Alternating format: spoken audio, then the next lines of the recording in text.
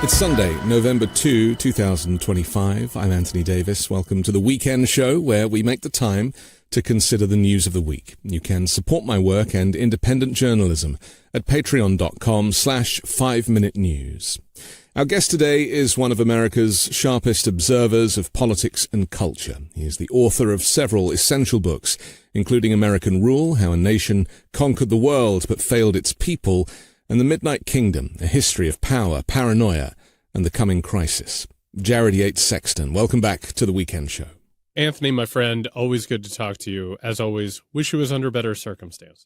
Absolutely. No, I actually want to start with some good news, and that is that two federal judges issued back-to-back rulings on Friday in separate cases ordering the Trump regime to use contingency funds to continue paying for food stamps, these SNAP benefits, taking the power away from the authoritarian momentarily.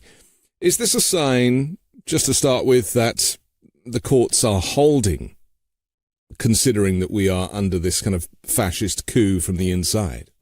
Well, I want to say, first of all, the SNAP situation, for me, it's infuriating. It's absolutely infuriating that we've gotten to this point where 42 million people, not to mention how many people around them, how many communities would suffer from this type of behavior from a federal government, which doesn't want to help them. They have emergency funds. They're not willing to use them. On top of that, they've shut down the government for their own purposes. They literally want to destroy the federal government for any reason besides being a redistributive machine to the wealth class. That's the entire purpose of it, and self-enrichment, of course. But when it comes to the courts, Anthony, I keep seeing these things happen, that the Trump administration will do something obviously illegal, immoral, and corrupt.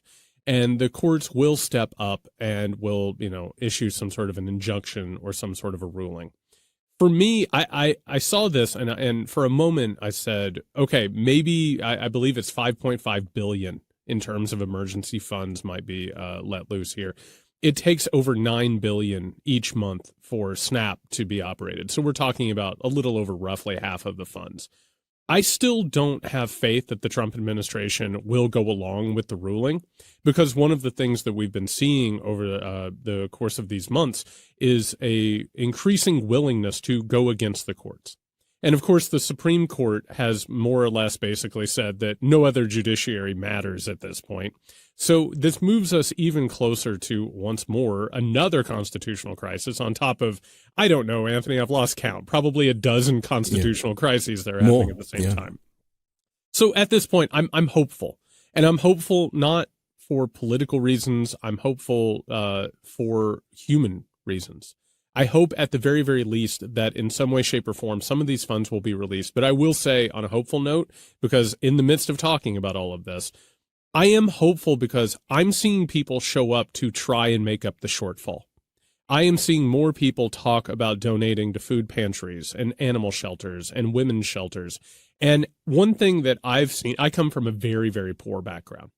And even among working class people, there has been a consistent and nagging sort of stereotype of people who need assistance, that they're takers or that they're lazy or they're trying to cheat the system. I have noticed a change in the way that people are talking about this. And that is a massive, massive sea change. And it's the only thing that's going to get us out of this mess is if we stop looking at it through the lens of the past and this sort of like winner takes all, game theory, sociopathic worldview. So I am hopeful on that front. When it comes to the judiciary, like a lot of people, it's just a wait and see situation about whether or not these types of rulings actually are enforced or not. And this is why Trump wants everything to go to the Supreme Court, because he knows they've got his back. And to all intents and purposes, they have. Yeah, and I like to talk about the Supreme Court through a couple of different lenses. One is that this is an illegitimate court. This is a stolen court. Everybody knows that. It's been bought and sold by the wealth class, which actually literally owns financially multiple members of the court. And then on top of that, I like to remind people of something, which is that the Supreme Court in general is built for this. What this Supreme Court is doing is exactly what the Supreme Court was designed to do in the first place.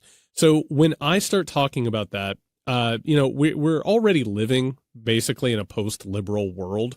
We're watching liberal democracy being destroyed. I don't know what you're supposed to do when one side won't play by the rules that have been set out. And at that point, I look at the Supreme Court, and instead of talking about packing it or whatever, I want massive, massive change of the Supreme Court. And I think it's time to start thinking about some radical ideas to change it, because what has been exposed is that this court is working the way that it's supposed to.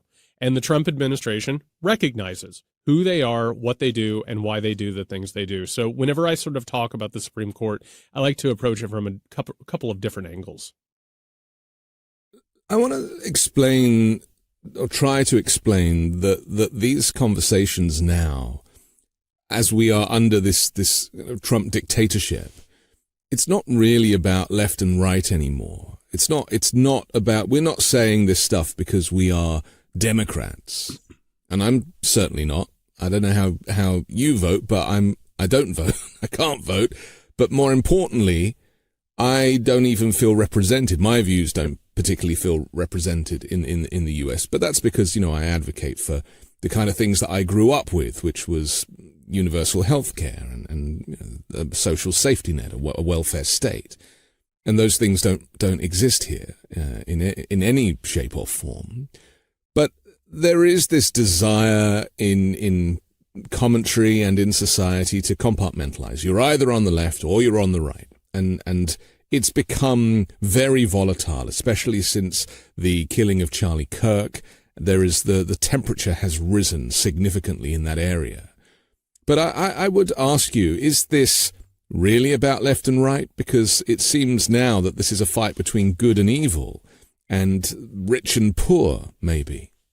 I'm so glad that you framed it that way, because one of the things that has happened in this country, having a duopolistic system, and you come from Europe, where duopolistic systems simply don't exist. You have a lot of different options, and you create coalition governments, which make sure that people are represented. There is actually a complete veneer, a fiction that has been created in this country, that everything is red and blue, and that there's almost like a 45-45 divide, and then there's 10% in the middle. When in fact, if you look at the opinion polls, Anthony, there is a broad consensus on what people want in this country. And the broad consensus is on the issues that are supposedly the most contentious, the flashpoint issues. But there's a broad consensus between 60 and 80% on the most controversial issues in this country. It just so happens that the representation that we have from the Democratic Party to the Republican Party is limited by the wealth class, which effectively bankrolls both parties, where the allegiance is in both. What you're talking about, the difference between good and evil, is the difference between moralistic legislation and actions and terror and abuse.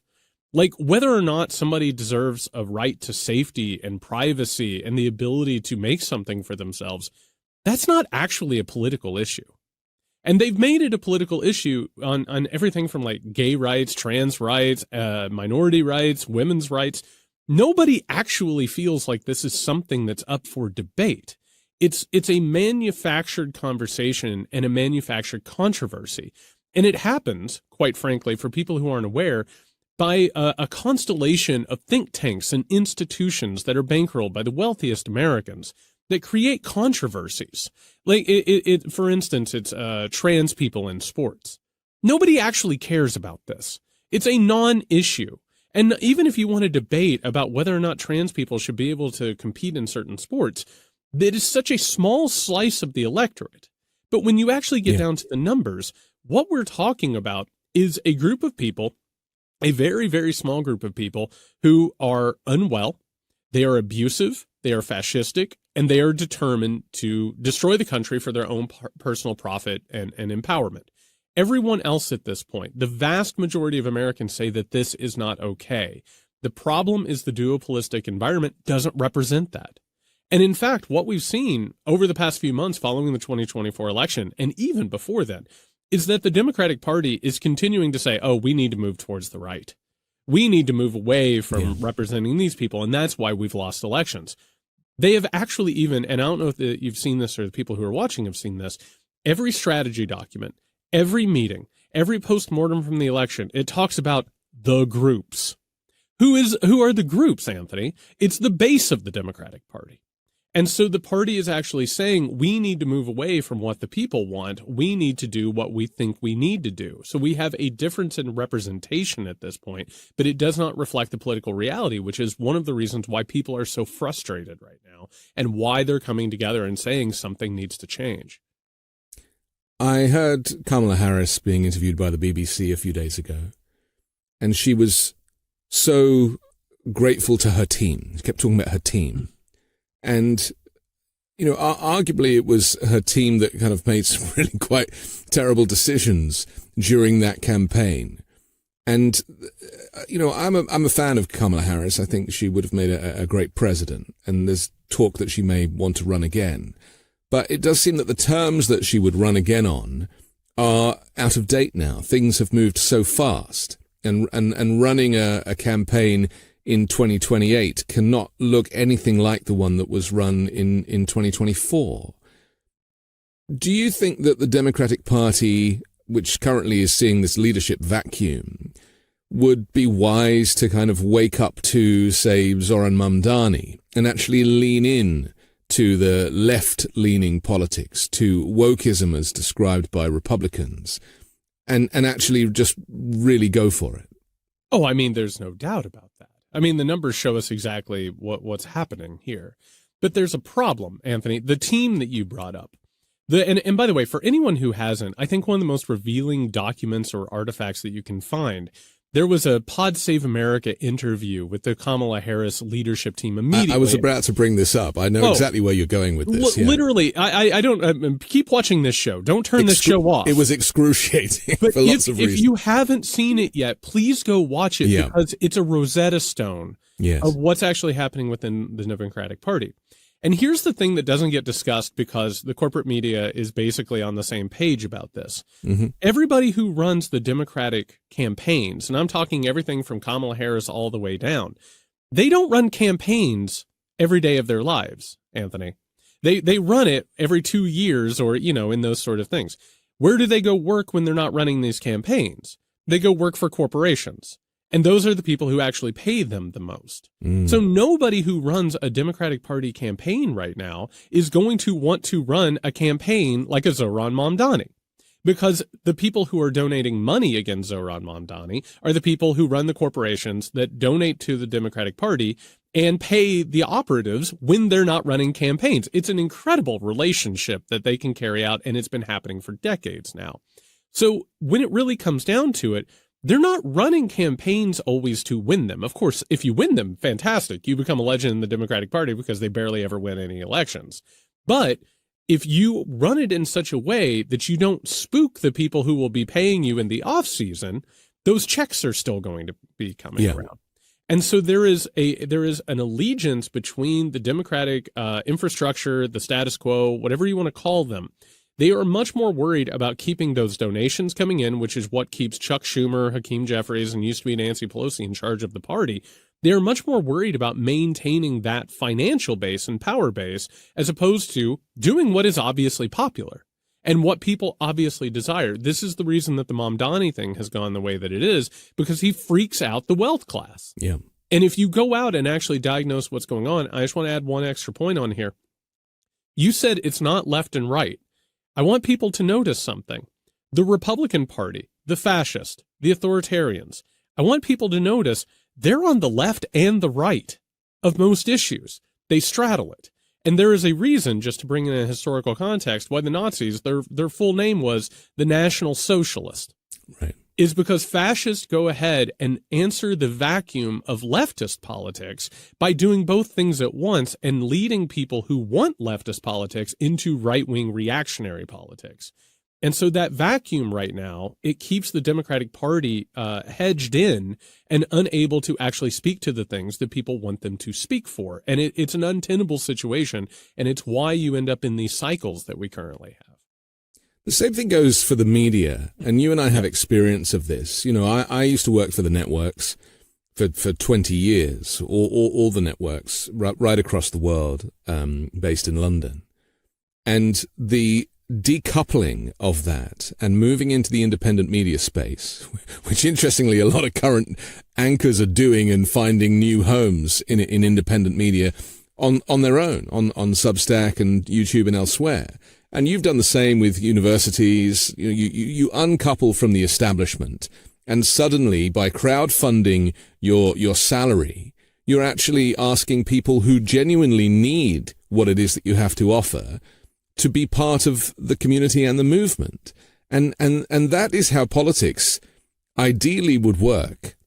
But because the US has these huge budgets, the funding that needs to be done to run campaigns, it's always been thought that, well, that money has to come from corporate entities and wealthy benefactors.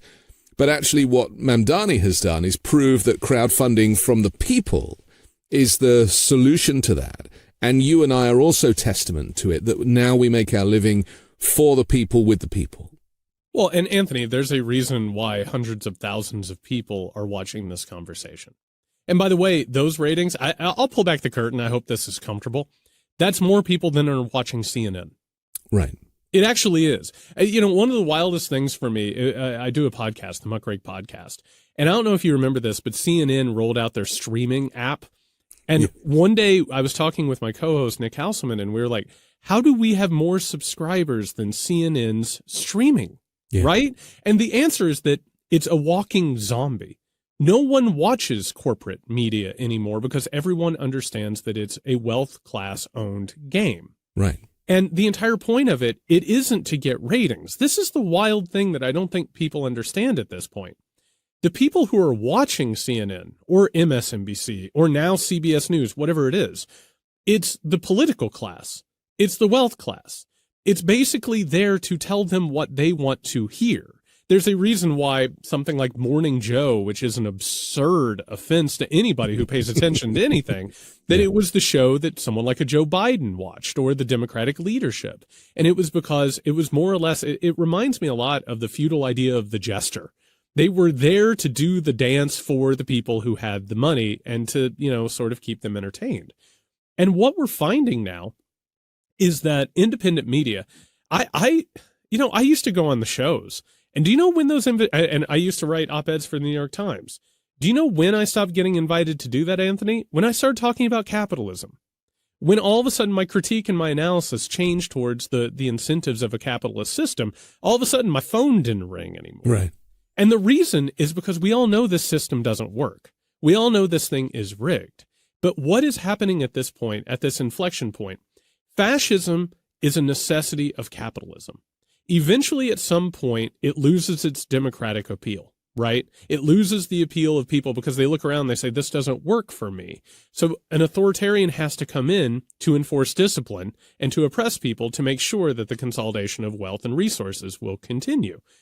It's not a coincidence that every corporate-owned media is moving towards the right.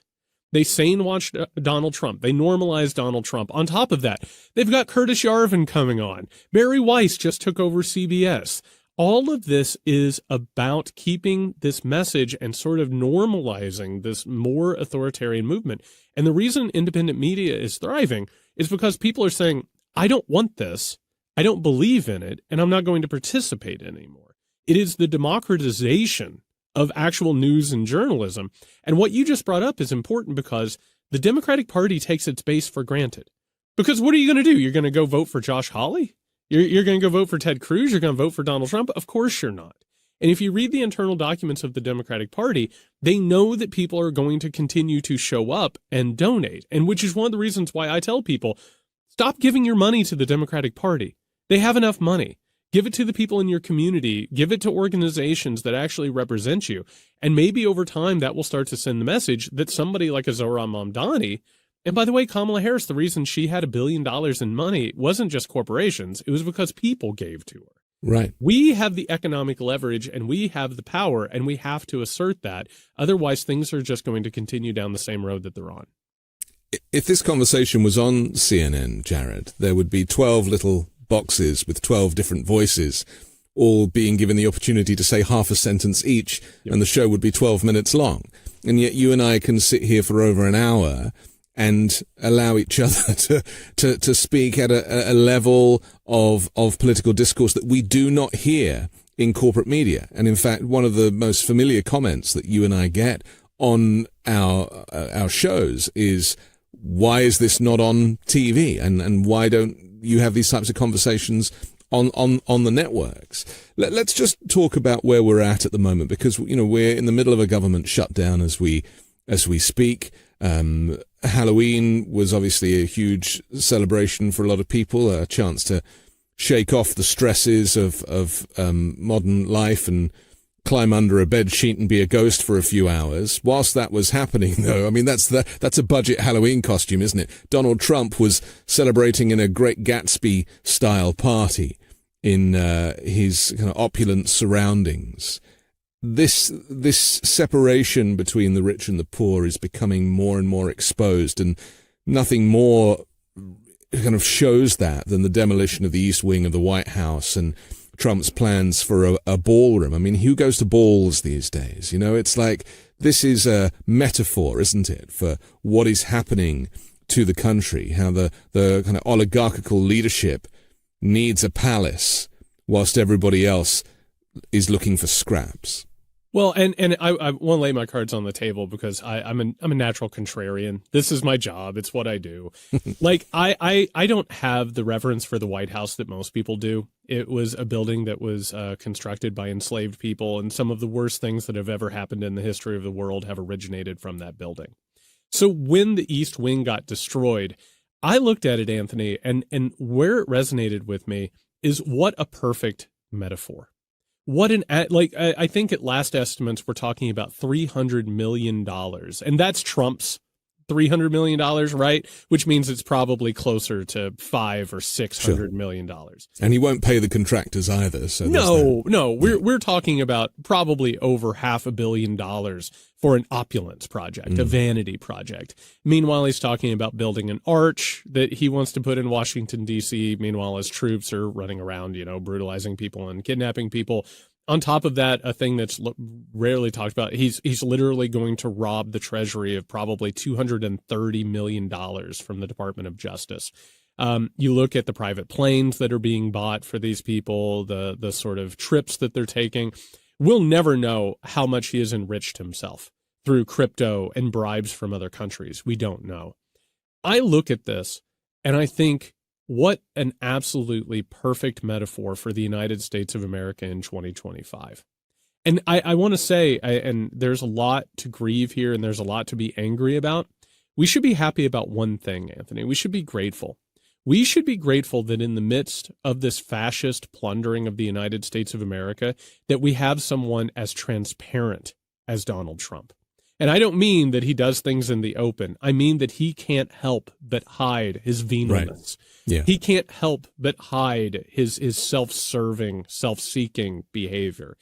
And I think by seeing that, even the most ardent supporters, they have to at least wrestle with the cognitive dissonance of it, which is, America's standard of living is declining. Things are getting harder in this country. The social safety net is being destroyed.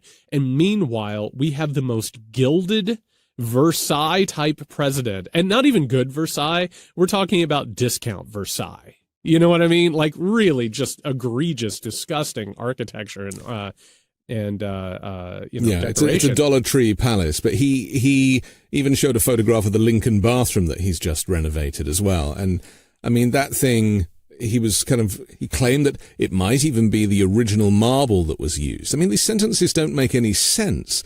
And it looks like it's straight out of a Marriott hotel. It looks like it's off a bad Zillow page. Is what it looks like. And you know what it actually looked like to me? It was funny. I a few years ago, like I was like, like a lot of people, you're on Zillow and you're looking at all these pictures and you look at a house and all of a sudden you're like, oh, this was one of those flipping houses. Right. Right, where they just bought it, they put up a veneer, they didn't fix anything, and it's basically just to get it sold as quickly as possible, which is what's happening in the United States of America. All the predatory capitalism that we've all been experiencing for the past few decades, it is now coming into full fruition, right? And we see it, whether it's the White House, whether it's the presidency, whether it's just daily life. there's no denying anymore that something isn't working here. And I think that physical representation is incredibly powerful. Let's talk about the huge amounts of wealth that's coming into the US, courtesy of Donald Trump's deals. A couple of weeks ago, it was $17 trillion worth. Now we're up to $22 trillion. And by midweek next week, it might be up to $30 trillion. I can't even comprehend these amounts. He is making up numbers, and these numbers are random. And he thinks, okay, passage of time has gone by. I said around 17 back on Monday. Now it's Friday, so I guess I can say 22 trillion. There is no paper trail for this stuff. There is no evidence of this stuff. He has put a listing on the White House website of these investments, and it doesn't say the dollar amount, but it lists what they are, and people have investigated these, and they're all made up. And in fact, some of these countries have come out and said, no, we never agreed to that. This is a fake announcement that he enjoys and relishes, and he thinks he's pulling the wool over people's eyes with this. But in reality, inflation is still up, and news this week is that electricity bills, since Trump took the White House, have already increased 11%. I've certainly seen that in mine. And then, of course, we're going to be looking at these healthcare bills that from January could potentially double. This notion of lying about the numbers, jobs numbers, inflation numbers, and income to the country can only go so long before the stock market starts to go, okay, this is, we're trading on kind of empty promises here. Well, and I want to straddle a couple of things here because what you just brought up is essential in understanding what's going on. But I want to start with a personal story. A few years back, Anthony, I was having dinner at a restaurant, and the restaurant owner came over to talk to the table. Very gregarious type fellow, right? Very boisterous. Came over and started talking about how much money the restaurant was making, how successful it was. My God, you've never seen a restaurant work this well. Yeah. A couple of weeks later, the restaurant burned down under mysterious circumstances, right? America's that restaurant. Because what has actually happened, and Donald Trump, again, we should be very grateful that this is the avatar for it. Nothing right now in America is actually working. Everything is absolutely going down the tubes, and it's going down the tubes in an absolute hurry. You'll notice that Donald Trump lies about these numbers, just makes them up at random, because it basically makes him feel better. You brought up the stock market. We are currently balancing on maybe the largest stock market bubble that anyone has ever seen. Mm-hmm. And it's based on AI, a product that doesn't do what it's supposed to do, doesn't work the way it's been advertised to work. And meanwhile, the only reason that it could ever turn a profit, and it's not turning a profit, would be the mass layoffs of probably over 80 or 90% of all white-collar workers in the United States of America, which last time I checked, that would absolutely destroy the country in every possible way. So the alternative, and every one of these companies has been engaging, every tech company at this point has been engaging in a hot potato game, that the only thing that we've ever seen that looks like this was the environment prior to the 2008 stock market crash, right? So meanwhile, we hear, spending's up. No, it's only up among the top 10% of people in this country. Everybody else, debt is so saturated, which is something that happens before a stock market collapse. People, they're not able to get ahead. They put things on credit cards and they get loans and they refinance. Debt is completely saturated at this point. These jobs aren't real. They're not actually happening. Meanwhile, all of these corporations are laying people off and streamlining and making more money. Basically, what we're talking about right now is a restaurant that is completely and utterly underwater. It would take some serious work to make sure that the restaurant survived being underwater. And the people who are doing this, they're the ones who have the gas can and they're the ones that have the match.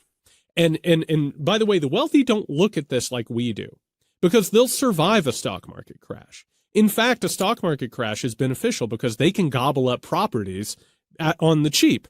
And if they face trouble, guess what, Anthony? I'm old enough to remember, you're old enough to remember, they'll be bailed out. Sure. And I can tell you right now, because they see AI as integral for national security, because they think that they're in an AI arms race with China, and that's the future of warfare, they're going to bail AI out. That's what's going to happen.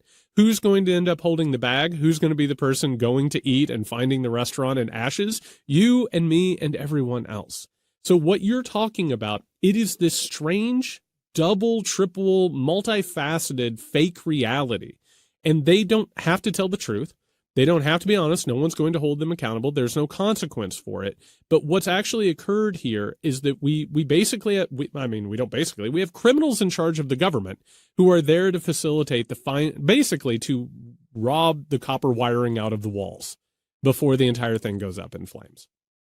We have to take a quick break, but I want to come back and talk about the assault on society in the form of immigration raids, and also the causes of the huge drop in tourism. I mean, I don't think Donald Trump realized that when you say that you're going to be frisked and have your phone confiscated at the airport, it might stop a few people from wanting to visit. We'll do that next here on The Weekend Show.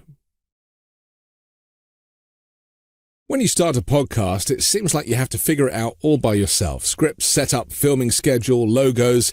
It can be super overwhelming, and every day seems to introduce a new decision that needs an answer. When you're starting off with something new, it seems like your to-do list keeps growing every day with new tasks, and that list can start to begin to overrun your life. So finding the right tool that not only helps you out, but simplifies everything can be such a game changer. And for millions of businesses, that tool is Shopify. Shopify is the e-commerce platform behind millions of businesses around the world, and 10% of all e-commerce in the US, from household names like Mattel and Gymshark to brands just getting started. You can get started with your own design studio with hundreds of ready-to-use templates. Shopify helps you build a beautiful online store to match your brand's style.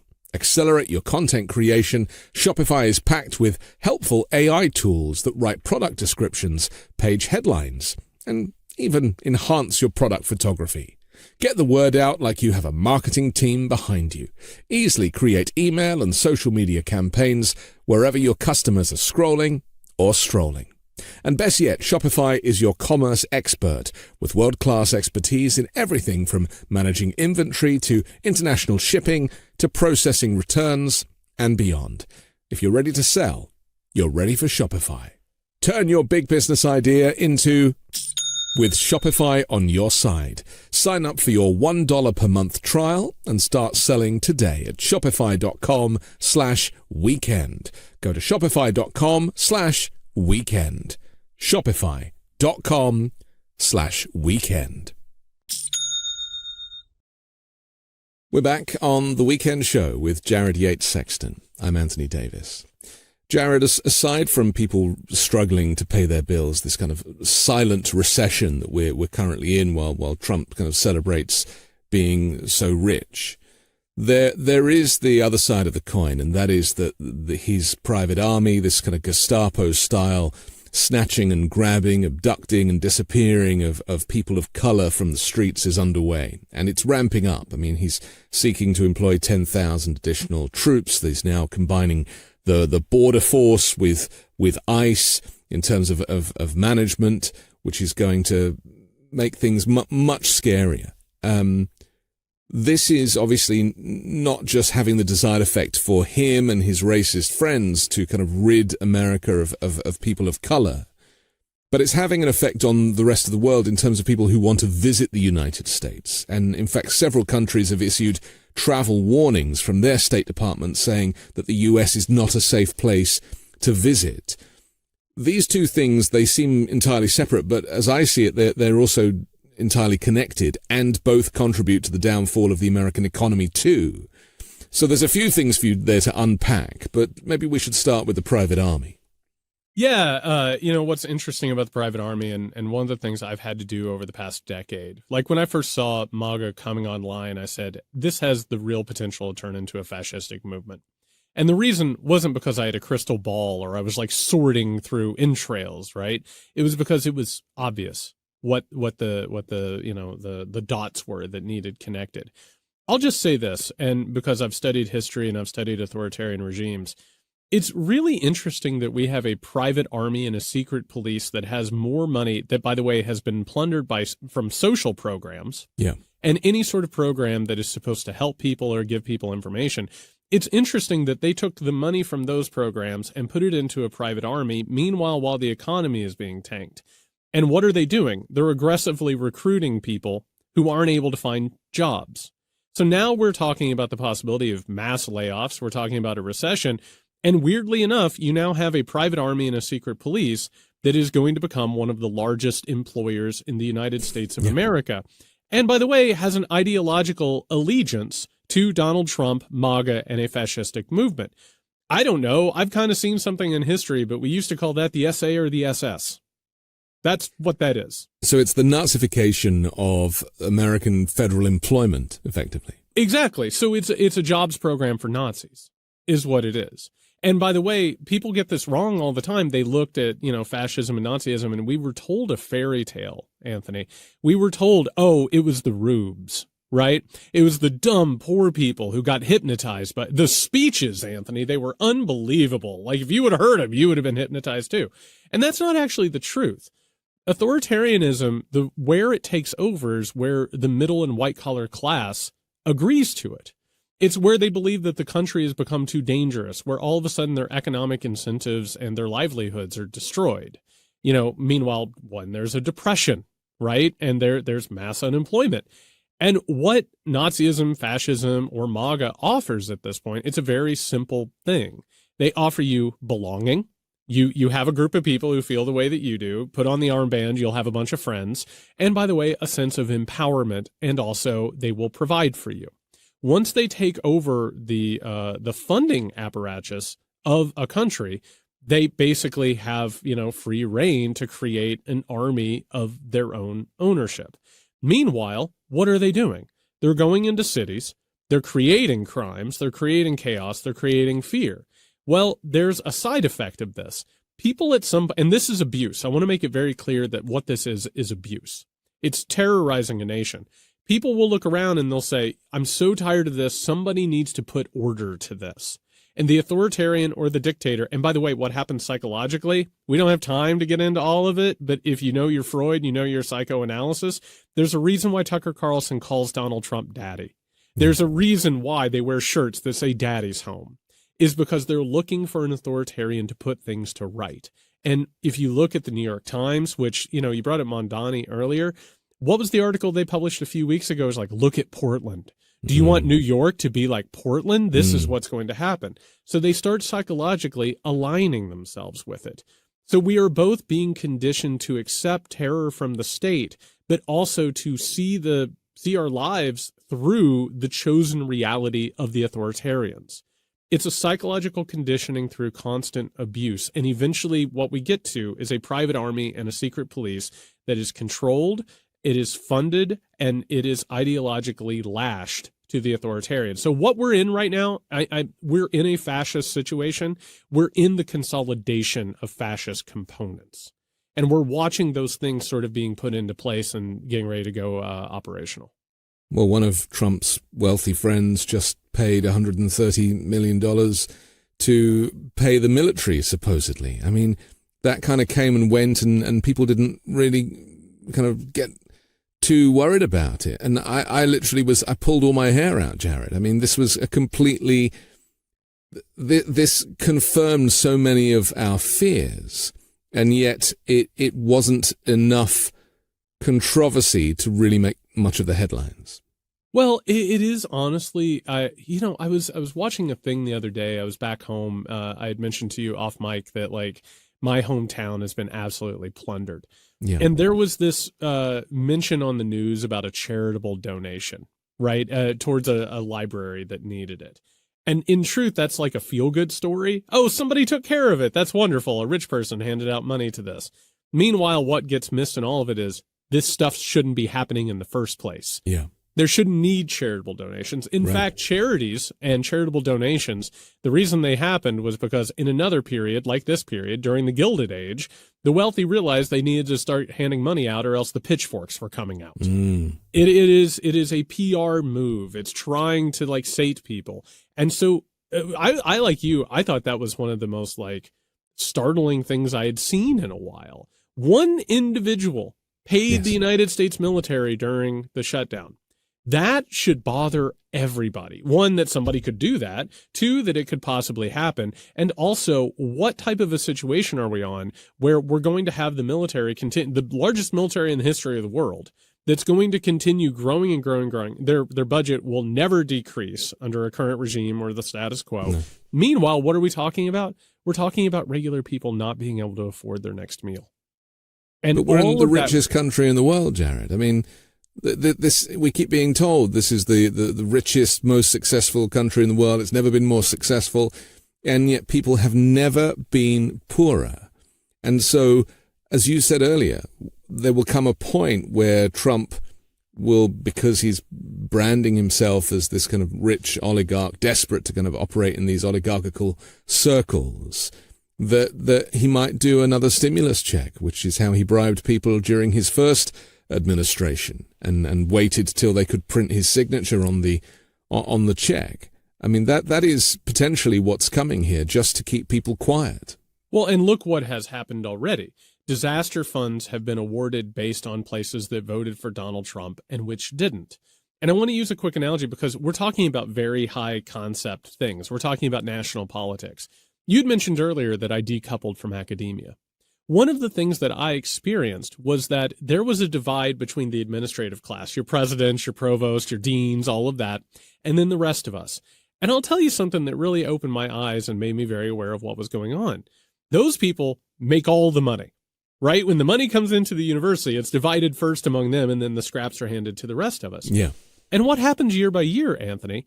The people who are making all the money will come into a room and say, oh, things are really tight right now. We're going to have to get rid of this department. We're going to have to lay some people off. And unfortunately, some of you are going to have to, do more with less. That's a false binary. That's not how things actually work. And so as conditions worsen, there's a reason why immigrants have been scapegoated. There's a reason why black people have been scapegoated. There's a reason why women and gay and trans and poor people have been scapegoated.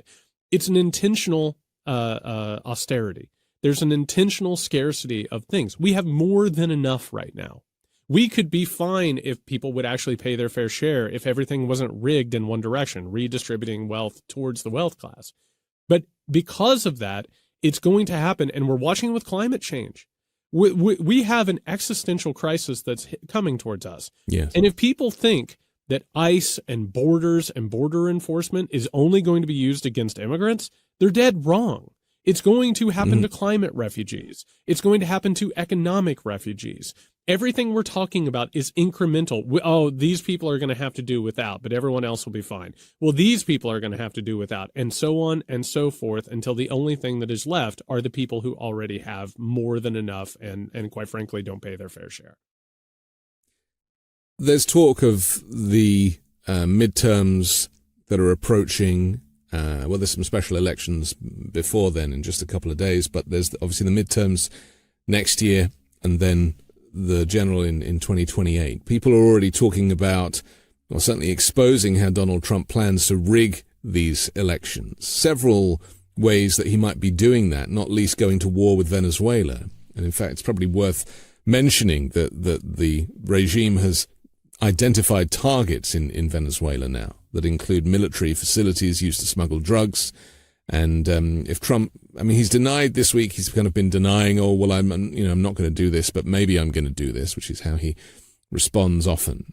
But if he does decide to move forward with airstrikes, the targets would send a clear message to Venezuela's leader, Nicolas Maduro, that it's time to step down. So regime change is something that America maybe hasn't learned its lesson from with previous wars. I thought Trump was the no-war president, and he seems to have turned on his heels on that one.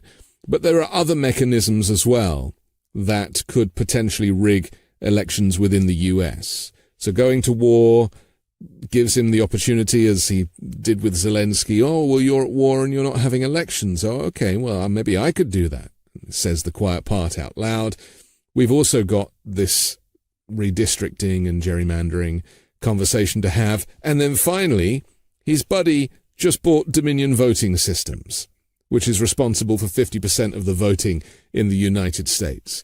So again, I always like to give you a trio of things to discuss, but these are major reasons why Trump could either cancel or rig elections.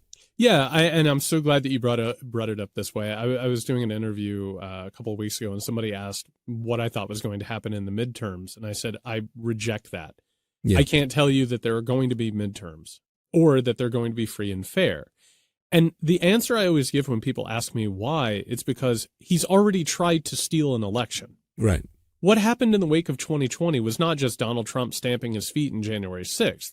The thing that gets lost is how many Republican groups and individuals and actors were going into polling places, trying to get a hold of software and hardware and looking at it and trying to figure out what to do with it. And the next is psychological. Authoritarians are inherently anti-democratic. If they could not have elections or they could rig them, they would. And so if you actually take a look at what's happening, I brought up these think tanks and institutes because we do ourselves a disservice when we only go through the lens of Donald Trump. Yeah. Donald Trump is inherently a fascist. He instinctually acts as a fascist. He is a buffoon and unserious. The people behind him are very serious. And the problem is that 24 hours a day, wealth class money is going into these think tanks and institutes trying to figure out literally how to dismantle democracy.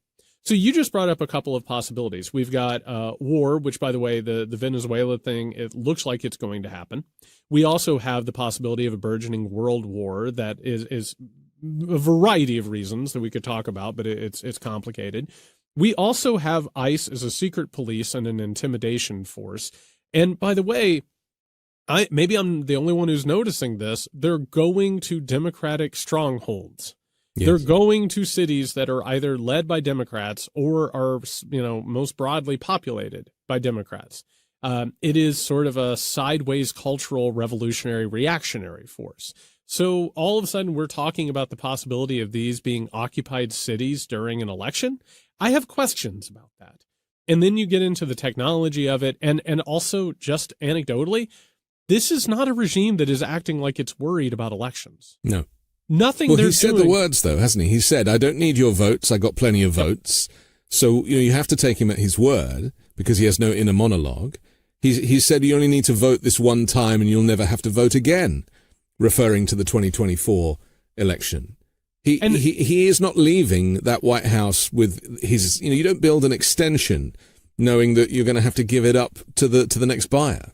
Well, no, and on top of that, I mean, everything from the Qatari jet, the hundreds of millions of dollar bribe from Qatar, like on top of that, you brought up what he says. Everybody wants to play these games. And you know what it reminds me of, Anthony? It reminds me of an abusive family. It reminds me of where you have an abusive patriarch who says things, and then afterwards, the people who are being abused, someone says, oh, I don't think he really meant it. Right. And all you have to do is listen to him. How often does he talk about running for a third term? How often does he talk about elections not actually being held or being manipulated? We're working on that. There's a plan for it. Listen to him. And all of this is to say, and I want to make a point because I think we're at the point in this conversation where this needs to be said. We can't keep looking at the next midterm. We can't keep looking at the next presidential election. Voting is only the most minuscule part of a democracy. You have to be engaged. We can't keep waiting on a savior to show up, a messiah to show up. Barack Obama is not walking through that door, right? Like, it's not going to be set right because the Democratic Party does the right thing, or a court, or an investigation, or an institution holds. We're going to have to do the hard work ourselves. And that's the only thing that has been shown to actually be something that holds back an authoritarian takeover. We cannot take these elections for granted. We only have so much time. So much of this apparatus is coming online. We cannot just sit and wait around for November 26th or November 28th. We can't do that. Authoritarian countries with dictators, they like to have elections. Sure. Because it gives because they win, and it gives them legitimacy. And Putin's done this for the last 24 years almost. He worked out how he could just keep on winning, and so he continues to rule. Trump looks up to these people. These are the people that he wants to associate with. Meanwhile, our kind of allies in democracy, he ignores and turns a blind eye to, and hence Europe and Canada now are having to kind of create their own coalitions, both militarily and domestically too.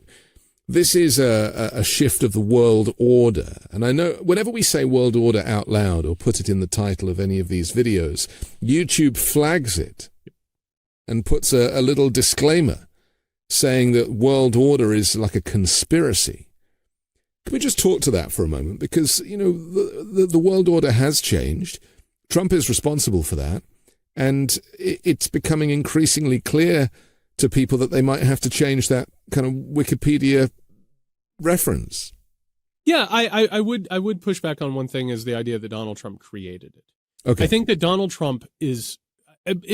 He's a pawn in the game. Yeah, it's hard to say this, but I try and say it all the time this way, which is Donald Trump is a symptom of a larger disease. Yeah.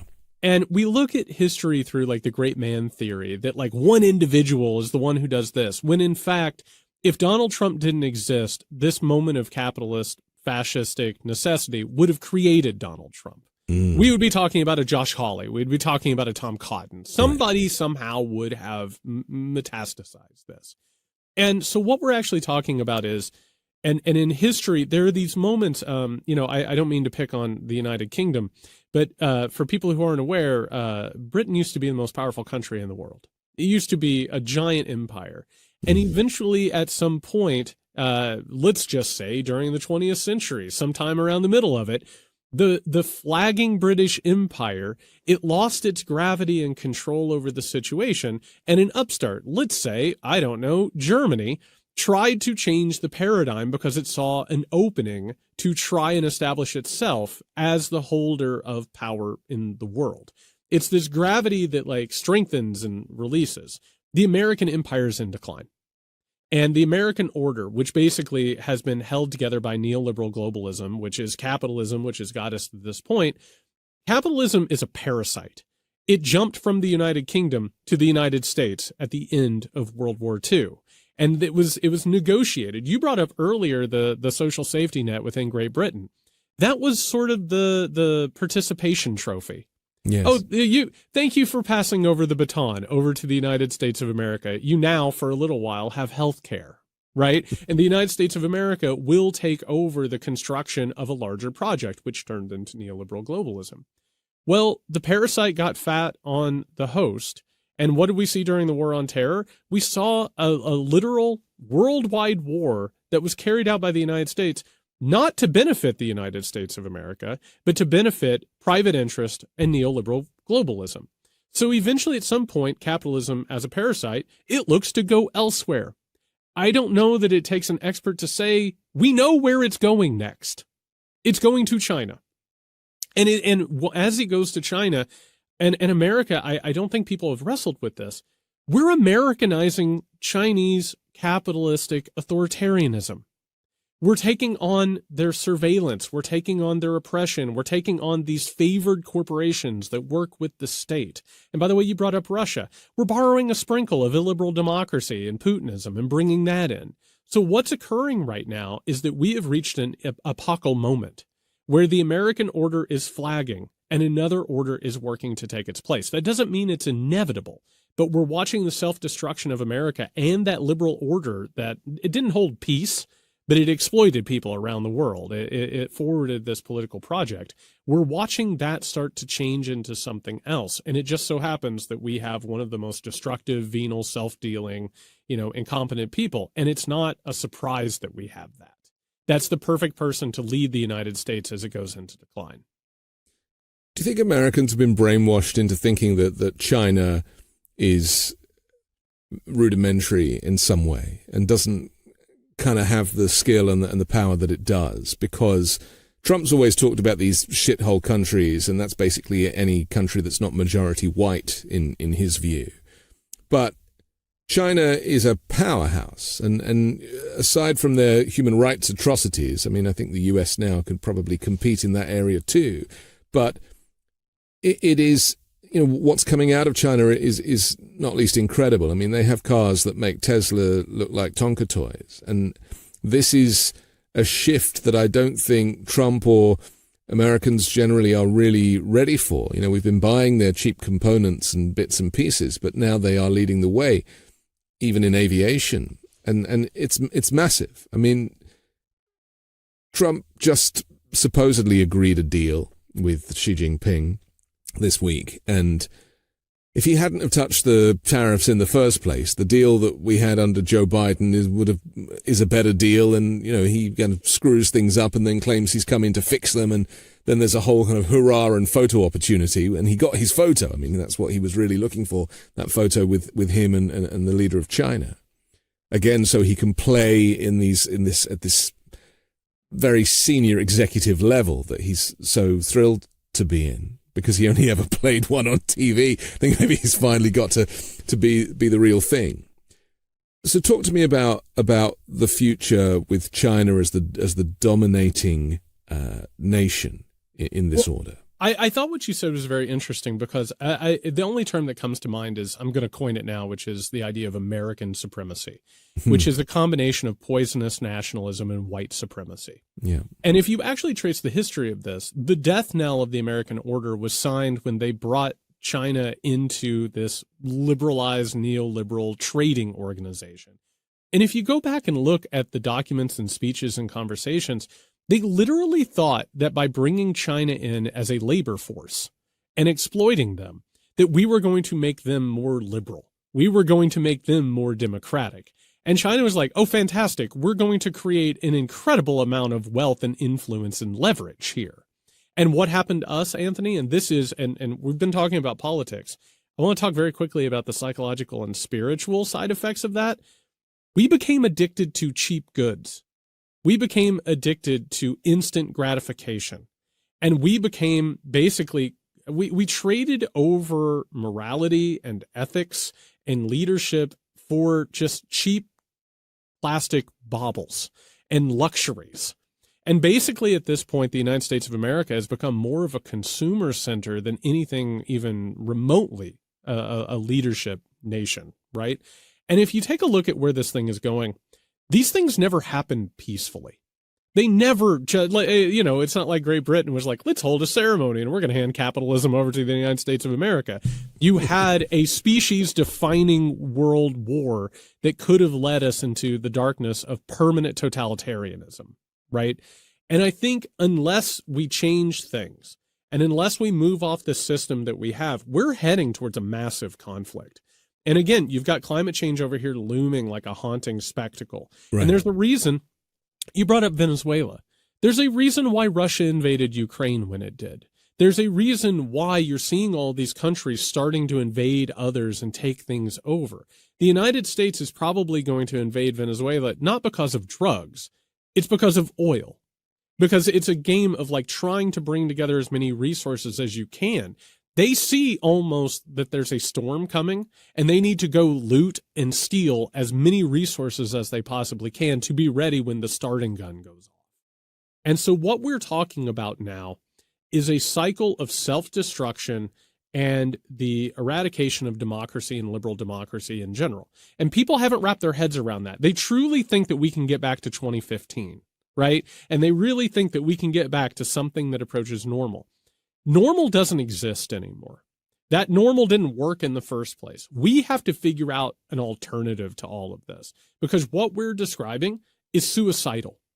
It is literally self-destructive, and it will lead to untold amounts of suffering. That doesn't mean that you hand this over to China. It doesn't mean that you become more like China. It means that we need to get off of this system that is taking us in this direction, and we have to figure something else out. Bernie was right.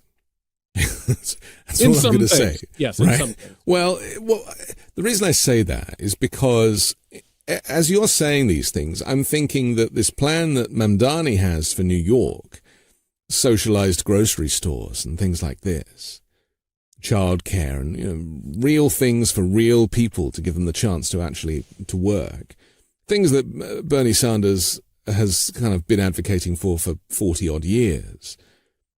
These things are maybe the back to basics policies that America needs as the antidote to rampant capitalism.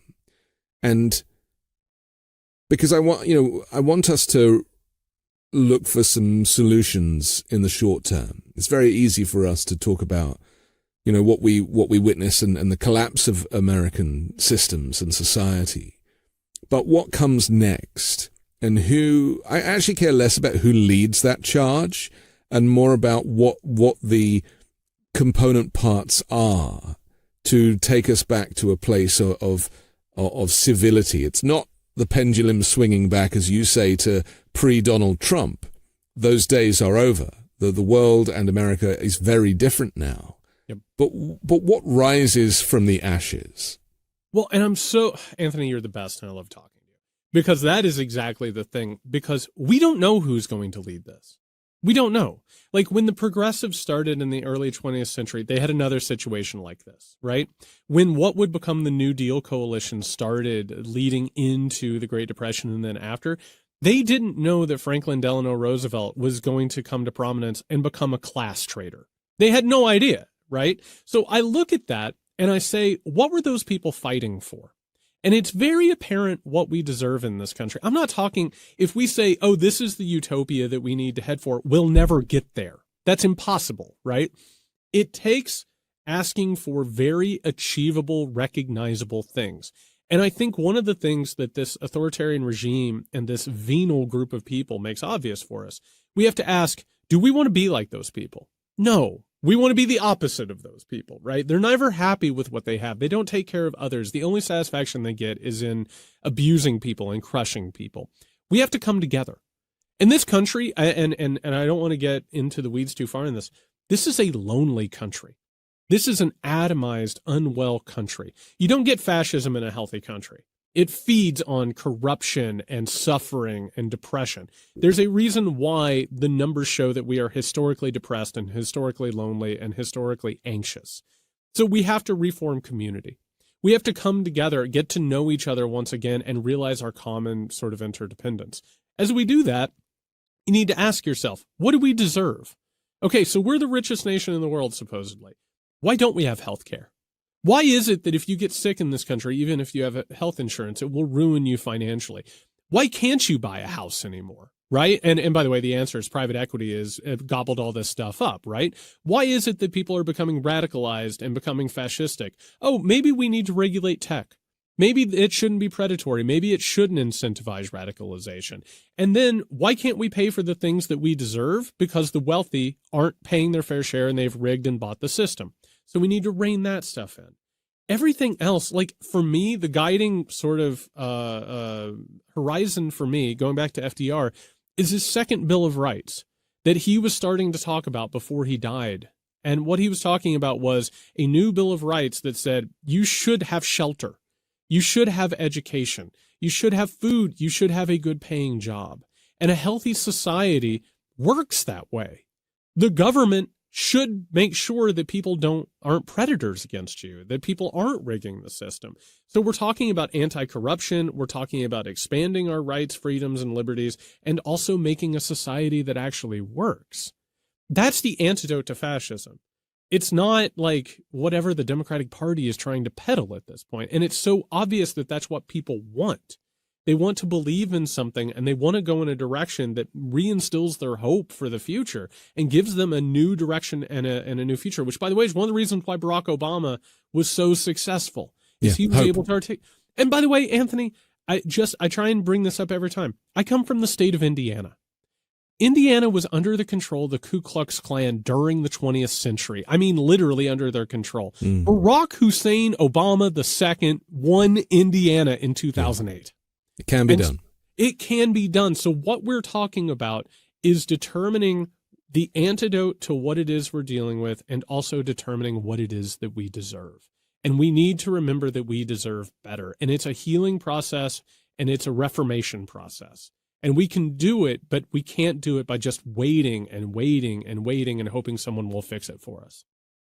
It's the people that will make America great again, clearly. The people will, and this regime could be brought to its knees tomorrow. Yeah, it only takes 3.5%, apparently. That's all that needs to happen. And it's terrifying, and they create more terrifying circumstances. But if we can get over our fear of the unknown, we can have everything that we've ever wanted and everything that we've deserved. We just have to take that step. We have to finish, but I'm so grateful to you for joining us. Jared Yates Sexton, thanks for being on the Weekend Show. Thank you, my friend.